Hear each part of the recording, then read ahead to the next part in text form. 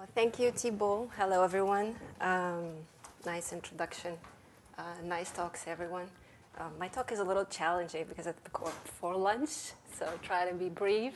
And I have to somehow summarize a little bit all the talks of this morning and connect it to my talk, so it's quite hard for me. So just wanted to show you the first slide. Well, this is, where it is. Here you go. So this is you're familiar with this, is this skin cell wall structure. Why I care about this is because I care about red wines, and I like red wines, and we don't have red color without skin. So what we get in the skin, we can actually measure chemically. We know that we can measure anthocyanins, we can measure tannins, we can measure a lot of things, like flavor. They're all located in the skin. But what we don't know is how far these are going to be then recovered in the wine. So what makes this skin here more or less extractable is this structure. So what we have here is something that's actually formed with polysaccharides, mainly hemicellulose, cellulose. We have pectin compounds. We have also proteins here in the structure. So it's quite complex and it's quite complicated to understand. And people are still working on understanding these structures and molecular structures of these polysaccharides that form this skin. So I'm sorry I can't see all the screen so that I can show you a little bit what I'm talking about. But there is a small picture in here that shows what's inside the skin cell. You have all the color, tannins, all the secondary metabolites that we consider indicator of good quality in wines, and especially ageability related. So we know that structural and chemical property of the skin cell wall determine what we call the mechanical resistance. If we want to press them, if we want to extract, or we want to macerate, it's all going to be related to this structure, so this resistance, so this mechanical behavior. It also affects extractability of phenolics and flavor compounds. So we do macerations, we do cold soak to extract flavor. We also do heat up our pomace to extract more color. But we always target degradation of the skin tissue. We all know that's somehow related to the skin structure. It's not only concentration related. So the question is then, how is this grape mechanical resistance, or we call it grape texture, relates to the composition of the grapes? So if there is any connection between what we measure in terms of concentration and this textural structure, and also if there is any connection with the extractability potential of these skin tissues. How important is this to winemaker is the question we try to answer. How far we can understand this in order to be able in the winery to manage it better, and how different regions are going to react to this, if there is any differences, and varietal as well. Why some varietals behave in a way in special regions and not in others. Why, I know an example, for example, Merlot is good in Napa and not in Madeira. So we're going to try to understand this today. So this is this year's experiment. So I try to show you a little bit our findings. We conducted winemaking as well, but unfortunately I can't show you the data. We're still processing them. But I'll show you what I have gathered about the grapes. So we conducted this research with A&J Gallo Winery. Actually, I thank them for trusting us for this. So we did some work on different regions in California characterized by different environmental conditions, warmer climates and cooler climates. So we have Central Valley as a reference for this year in terms of intense drought. And we have Central Coast and Napa. And we tried to work on two different varietals, Merlot and Cab, as the ones that are mainly grown in the regions. So this is where actually we picked our grapes. So we tried to get them from the same location. So we don't want to get impact of environment or viticulture practices on our data. So we tried to get, sorry, here to show you, try to forget some left side. So they're, most of them here grown the same environmental condition. You see it on the bottom. So same rootstock mainly. The only difference here for Merlot and Cab is the age of the vine. So the Cab was like 15 years older than Merlot. But for soil type, type of irrigation, spacing, elevation, orientation, all was the same for Napa. Center Coast, same thing. Same age, same rootstock, same orientation, same elevation, same soil type. So we tried the same way to try to get the berries not very well affected by viticulture practices, but we try to see the varietal differences mainly. The only thing that we actually couldn't manage is in the Central Valley. So here we picked Cab and Merlot, different environmental conditions, different, but not very, very far from each other. We couldn't get them in the same location. As you know, in the Central Valley, vineyards are very wide. When they grow Cab, they grow Cab. And then you can try to find Merlot later far away. So these are the methods. I like first to introduce the method, and then I talk about the results. I'm not the one that drops the results. And I was like this since I was a PhD student. I still keep the same method. So these are my methods. So I did some chemistry, a lot chemistry. I'm a chemist, a wine chemist, so I like to do that, to play with it. But I also introduced this new method, which is instrumental texture analysis. So it actually a compression test. So, but we actually try to compress different way. So we can compress the skin, we can compress the seeds, we can compress the whole berry. We can measure the berry size, we can measure the thickness of the skin. So all this comes from the same machine, the smart machine that gives us everything. And then we have conducted also a partial extraction because we wanted to get data as soon as possible in terms of extractability. We know that we do in wines, but we're not going to get them immediately. And something happens later in the wines that we can get the data about immediate extraction. So we want to get what extracts immediately. So we did this type of partial extraction that reproduces a little bit what happens during winemaking. So these are 4 tests, texture tests that we did. And all of these tests are able to give us different information. So the one on the left side is, I don't see very well anyways, but the one on the left side is what we call the puncture test. The puncture test targets mainly the skin. So we're going to puncture the skin, and we're going to measure the first distance that actually leads to the break of the skin. So that represents what we call the elasticity of the skin. And then we can get the skin hardness, which is the maximum force that you can measure at the peak in here for those who don't see. I know you're not familiar, so I'm going to spend a little bit more in here. So the force F here is what we call the skin hardness, and then the distance is the elasticity.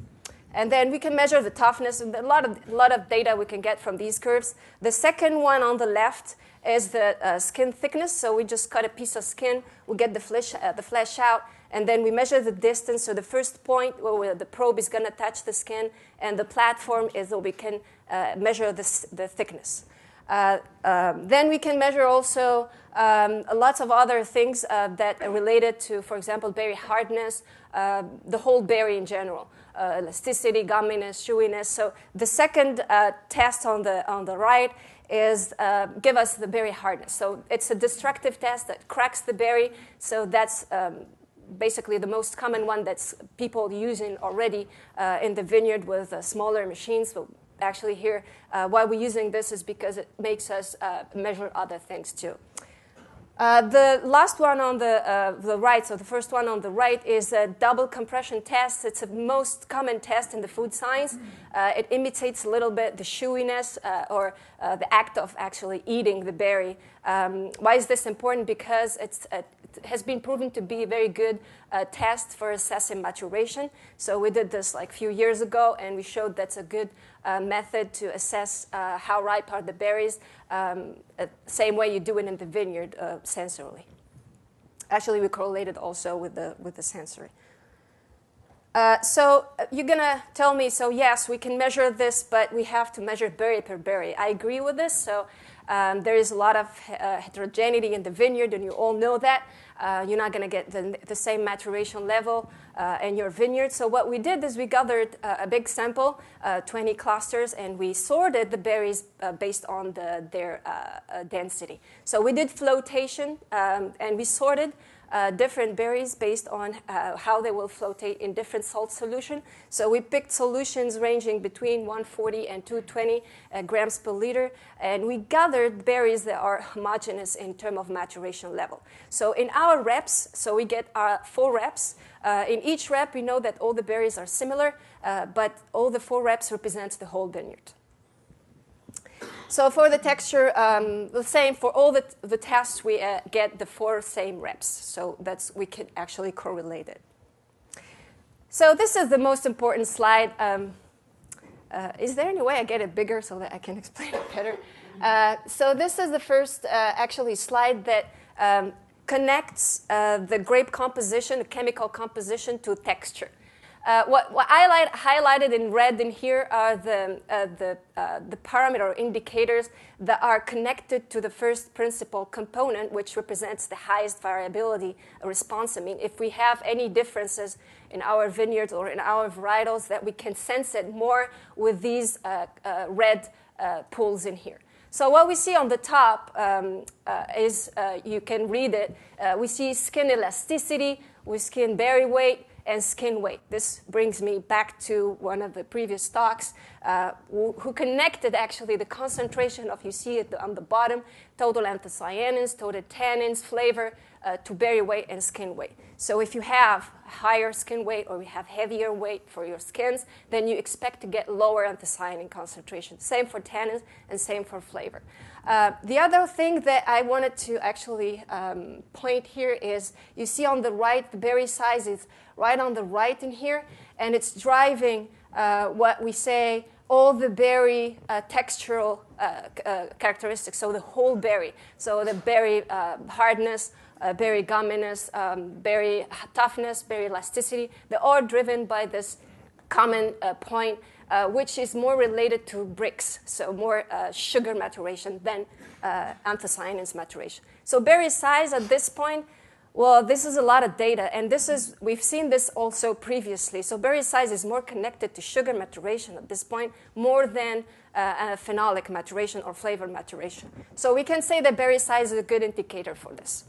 However, skin weight or berry weight and what we say skin elasticity is the one that's most connected to the secondary metabolites that we actually target for red wines. So just to show you that our samples were mainly harvested at the same maturation level, so we tried to pick them all at the same Brix and pH. The only difference we got in Napa, were actually a little bit more acidic. Cabs were a little bit more acidic because we can attribute that to the soil. Compared to Central Coast is more alkali type of soil, so tend to get lower acidity compared to Napa. What else to say? Here is the weight. So we connect berry weight to skin weight, and you see there's a similar behavior. So on your left here, you have the Cab and Merlot for skin weight, and on the right, you have the berry weight for Cab and Merlot. I try to compare Cab and Merlot at the same time and compare the regions. So you see that actually there's no significant difference between varietals in terms of weight when we focus on regions. There's no significant interaction between varietal and region.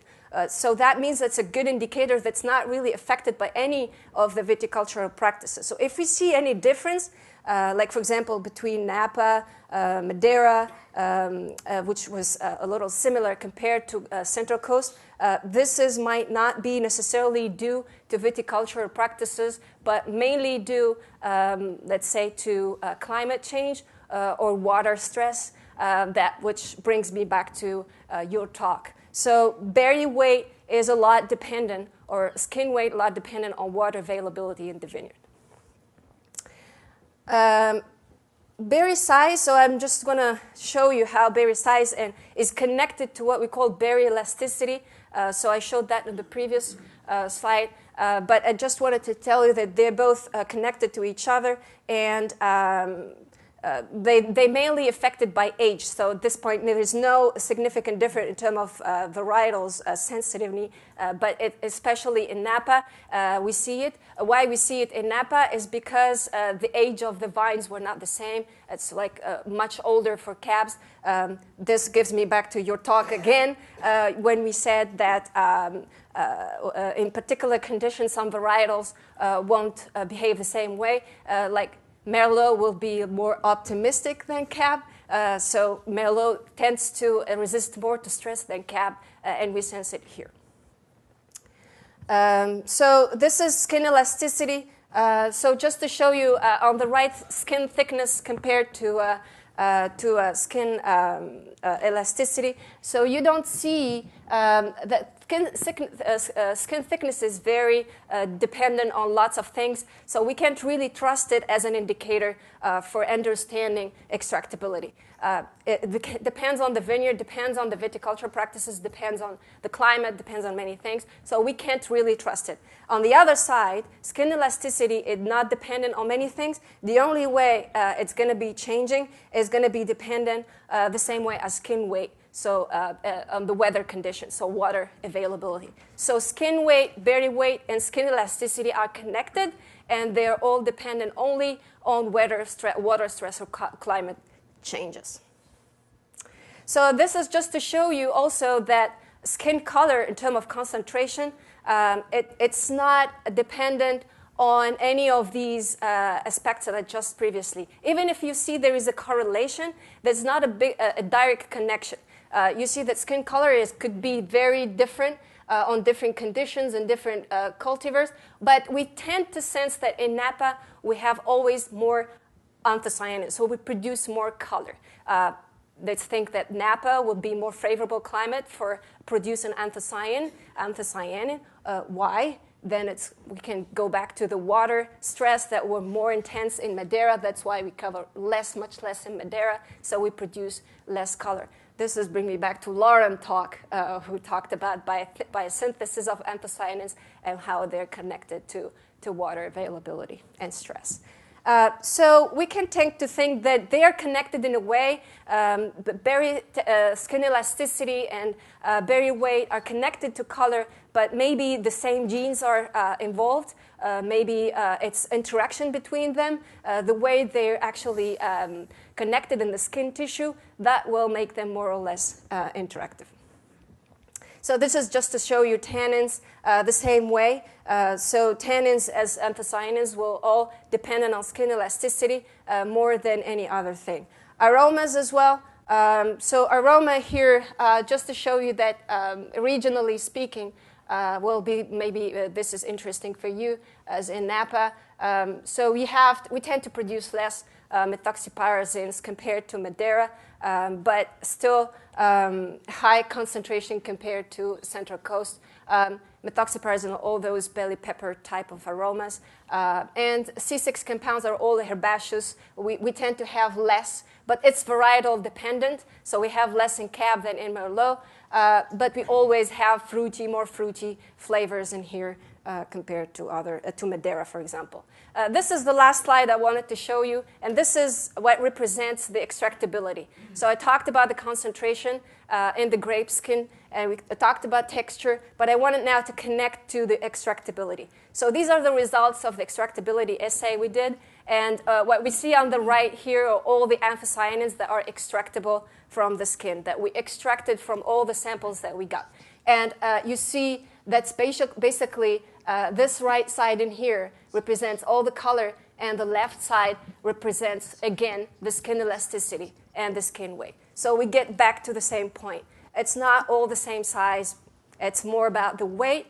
It's more about the how the structure of the skin, what represents this elasticity. We tend to think it's more polysaccharides related, so that's what's going to be the next step of our project, to understand how these polysaccharides are connected to phenolic compounds, the structure of these, molecular structure of these polysaccharides, which ones, cellulose, hemicellulose, pectins, which fracture of pectins will react more to these phenolic and let them, or more or less release them during winemaking.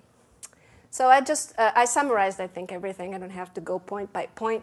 Just wanted to tell you again, so that water is very important for these texture aspects. It's very important as well for color.